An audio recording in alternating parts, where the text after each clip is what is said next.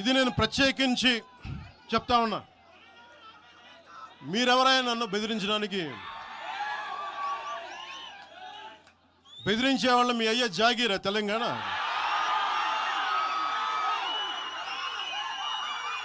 నా మీద దాడులు చేస్తా ఉన్నారు కదా. నాకు తెలంగాణలో బెదిరింపుల కంటే కూడా ఆంధ్రాలో బెదిరింపులు ఎక్కువ. నాకు తెలంగాణలో ఇంకా రానివ్వు అంటారు నన్ను, ఆంధ్రాలో అయితే తల తీసేయని అంటారు కోనసీమలో కొంతమంది. నేను ఓడిపోయినప్పుడు 2019లో ఓడిపోయినప్పుడు మన తెలంగాణ నాయకులు ఒకరే చెప్పారు, అన్నా మా తెలంగాణలో ఉంటే నీకు పరిస్థితి రానిచ్చేవాళ్ళం కాదని చెప్పి. నాకు నిజంగా తెలంగాణ అద్భుతంగా ఉండాలి, యువతకు అద్భుతమైన అవకాశాలు రావాలని కోరుకుంటాను తప్ప నాకు ఇక్కడ కొత్తగా బావుకునేది లేదు, ఏమీ లేదు. బెదిరించే వాళ్ళందరికీ ఒకటే చెప్తున్నాయి. నా ఇంటి ముందు ఎందుకు పెట్టారంటే ఎవరన్నా దాడి చేయాలంటే సంతోషంగా ఇదే నా ఇంటి అడ్రస్, అది మీకు తెలియదు. నాకు అలాంటి భయాలు లేవు. నాకు బాంచన్ సారు కాల్మొక్త అనే ఉద్దేశం ఉంటే పార్టీ ఎందుకు పెడతామా? అంత భయపడేవాళ్ళంతా పార్టీ పెడతామా? మీ ఇష్టానికి మాట్లాడితే మేము భయపడాలా?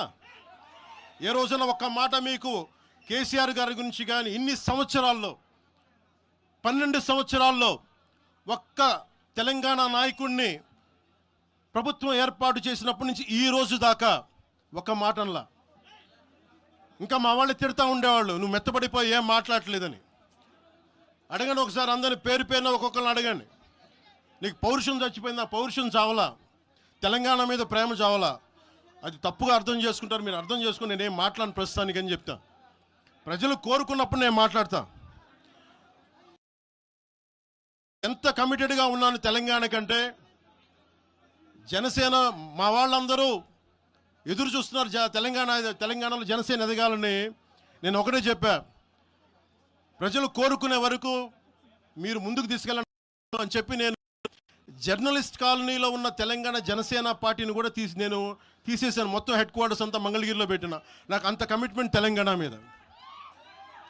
ఎందుకంటే నాకు రెచ్చగొట్టడం ఇష్టం లేదు, తగ్గి మాట్లాడా.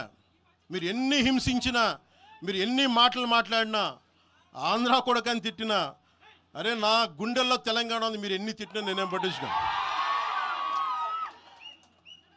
వైసీపీ నాయకులు, క్రిమినల్ గ్యాంగ్స్ చాలాసార్లు నాకు బెదిరింపులు ఇచ్చినాయి. దానికి మించిన బెదిరింపులు నిజంగా నాకు తెలంగాణ నాయకులు. వైసీపీ గుండాలు ఇచ్చిన బెదిరింపుల కంటే కూడా, చంపేస్తామని బెదిరింపుల కంటే కూడా నాకు తెలంగాణ ఎప్పుడు ఇవ్వాల. అసలు ఈ గొడవ అంతా ఎందుకు స్టార్ట్ అయింది? ఈ గొడవ అంతా ఎక్కడ స్టార్ట్ అయింది?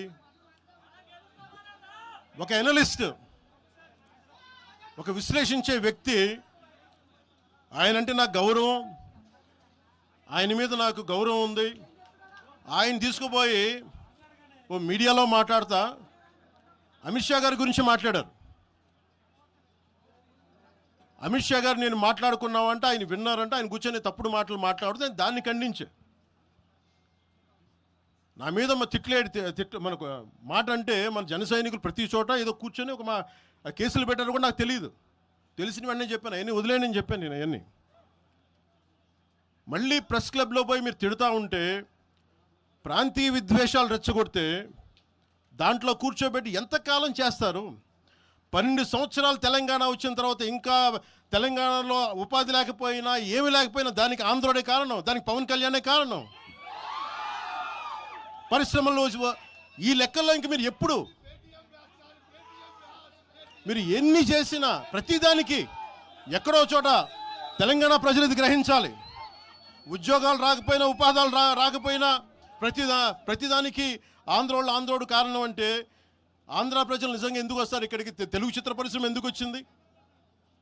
ఎక్కడో మద్రాసులో ఉండే తెలుగు చిత్ర పరిశ్రమ ఇక్కడ రావడానికి కారణం తెలంగాణ ప్రత్యేక రాష్ట్రం కావాలని కోరుకున్న నాయకులు చెన్నారెడ్డి